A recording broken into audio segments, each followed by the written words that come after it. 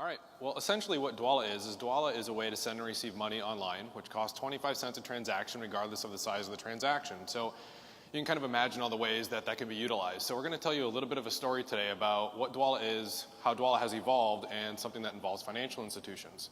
So with that said, Dwolla and its ability to send and receive money has a really big API that can be tied into essentially any two-way communication device. So we'll start today with the web environment, which is something we're going to show you here really quick. So basically, our web environment looks very similar to something that you would think of in a peer-to-peer environment, anywhere where you would kind of send and receive money. So if you kind of look at it, obviously, it's pretty intuitive. It does what you would expect it to do. But some of the things that make us really special are the value adds that we've built on top of that. So everybody's familiar with sending money through email or sending money through a phone number. Not everybody's really utilized sending money through social networks. That is to say that we feel one of the solutions to a peer-to-peer environment is sending money through social networks. If you think about it, really the people that you're exchanging money with a lot of the time are people you already know, people you're connected with within those networks. So say, for example, Jordan is sending money to someone by the name of Mark. Well, when he does that, all of a sudden, when you connect to a social network, that transaction has entirely new meaning and it has new context. So who Mark is a little bit different than sending money to HelloKitten22 at AOL.com, right? It's a different context, and that's all there is to it. So when this message is delivered, it also has different context. It's not sent through an arbitrary email. It's sent through the social network onto that person's wall. So essentially, it's delivered in a personal way from one individual to another, increasing conversion considerably. You know, if you think about it, how many times does an email come into your inbox and you just don't read it? How many times do you have a wall post from a friend that gets your attention? Obviously, the context is different.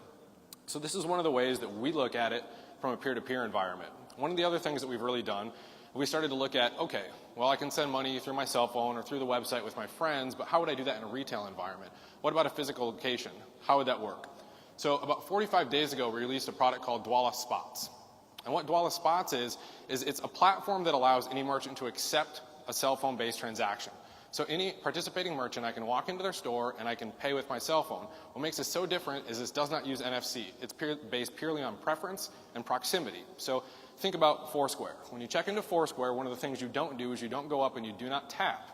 You go in, you present some information to it, and you select who you want to pay. So that's really something that's really cool about Dwolla Spots. And it also makes the barrier of entry really easy to get through. Obviously, anybody with an Android phone, Windows 7 phone, or iPhone can utilize the platform. With that said, you can see our kind of home base. We're located in Des Moines, Iowa. Actually has a really good ecosystem going.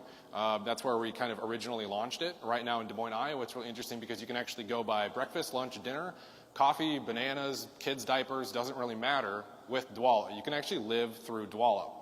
So obviously, we think that's kind of interesting, and that's a really important solution to a retail type environment. How do I pay with my phone without some of the barriers of some of the current platforms? So with that said, our product has really become a financial services product through one of our investors. Conceptually, today, when you open a bank account, you get a few plastic cards, a debit card, a credit card, and a checkbook, right?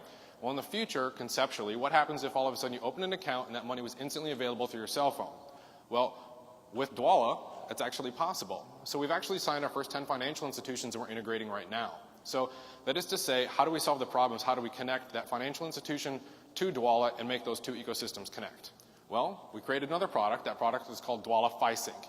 It basically takes the 3 to 4 day setup time between those different platforms, which is basically ACH validation deposits, and turns it into a 30-second process. Obviously, the cost is very cheap.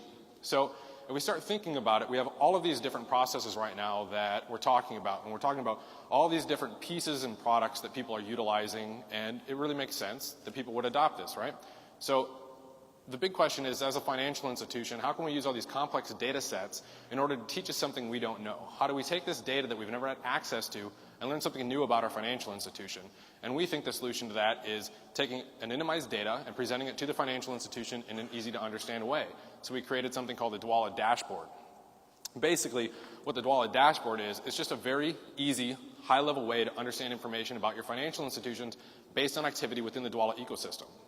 So with that said, if you take a look at it, obviously it's pretty straightforward, right? It's what happens if you start heat mapping certain transaction data, and if you start taking it and aggregating it. What happens when you consider that transactions are now social and they're now spatial and they're based on geolocation? You know, geospatial concepts are something that is actually becoming a reality. But the problem is these data sets are just so complicated. So what we've done is we've really taken these and we've decided to present them in ways that allows you to help make decisions. So if you look at this, fundamentally, I know by looking at this, inside of this theoretical institution, most of my transactions in terms of dollar amount are actually coming through the web.